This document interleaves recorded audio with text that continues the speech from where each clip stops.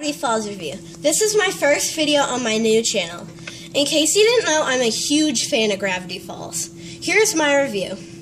Basically, it's about Dipper and his twin sister Mabel, who get dropped off at a place called Gravity Falls, Oregon, a small town in the middle of nowhere, so their great uncle Stan can watch them over the summer. One day, Dipper was sent out to hang up signs and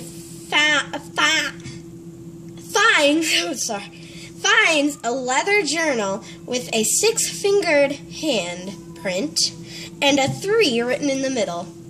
Inside the journal are hundreds of secrets about Gravity Falls. Using the journal, they fight gnomes, shrink to the size of a penny, and even clone themselves.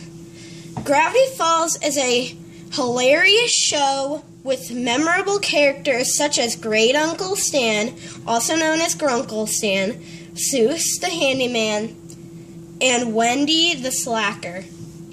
Also, we will be spoiling a lot. All of Season 1 and Season 2 have currently aired on